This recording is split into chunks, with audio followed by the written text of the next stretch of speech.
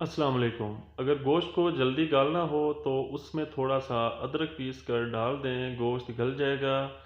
चांदी के बर्तनों की हिफाजत के लिए अखबार की बजाय खाली कागज़ में लपेट कर रखें ताकि इसमें चमक बरकरार रहे।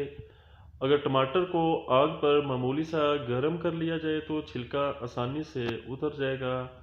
अदरक को ज़्यादा देर तक ताज़ा रखने के लिए अगर ज़मीन में दबा दिया जाए तो अदरक ताज़ा रहेगा। चावलों को उबालते वक्त अगर इसमें लीमू निचोड़ दिया जाए, चावल अलग अलग रहते हैं और लंबे हो जाते हैं। नमक से दांतों को साफ़ किया जा सकता है। फर्नीचर से दाग उतारने के लिए अगर सिरके में कपड़े को डुबोकर फर्नीचर साफ़ किया जाए तो फर्नीचर से दाग उतर जाएंगे और फर्नीचर नया नज़र आएगा।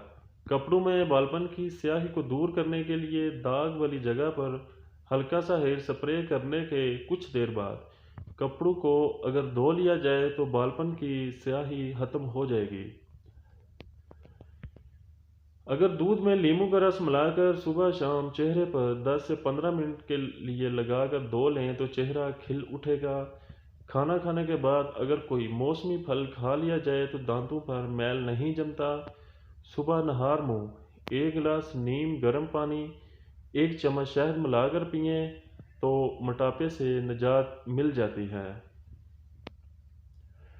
कहनियाँ काली पड़ने की सूरत में लीमू काट कर इसका एक हिस्सा कहनी पर रखकर मलें, चंद ही रोज में साफ हो जाएंगी। चेहरे के कील मुहासों से निजात के लिए 1 औंस ग्लिसरीन में 2 लीमू निचोड़ कर शीशी में भरकर फ्रिज में रख लें और रोज़ाना रात सोने से पहले चेहरे पर लगाकर सुबह धो लें। नीम गर्म दूध में चंद कतरे रोगन बादाम मिलाकर पिया जाए तो चक्कर आना बंद हो जाते हैं। चांदी के जेवरात में अगर चूने के चाक का टुकड़ा रख दिया जाए तो जेवर काला नहीं होगा।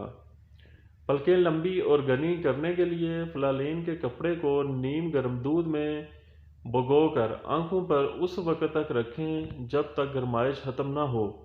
कुछ ही अरसा में पलकें लंबी और घनी हो जाएंगी। तो दोस्तों प्लीज़ चैनल को सब्सक्राइब करें, वीडियो को लाइक करें और शेयर करें। अल्लाह हाफिज़।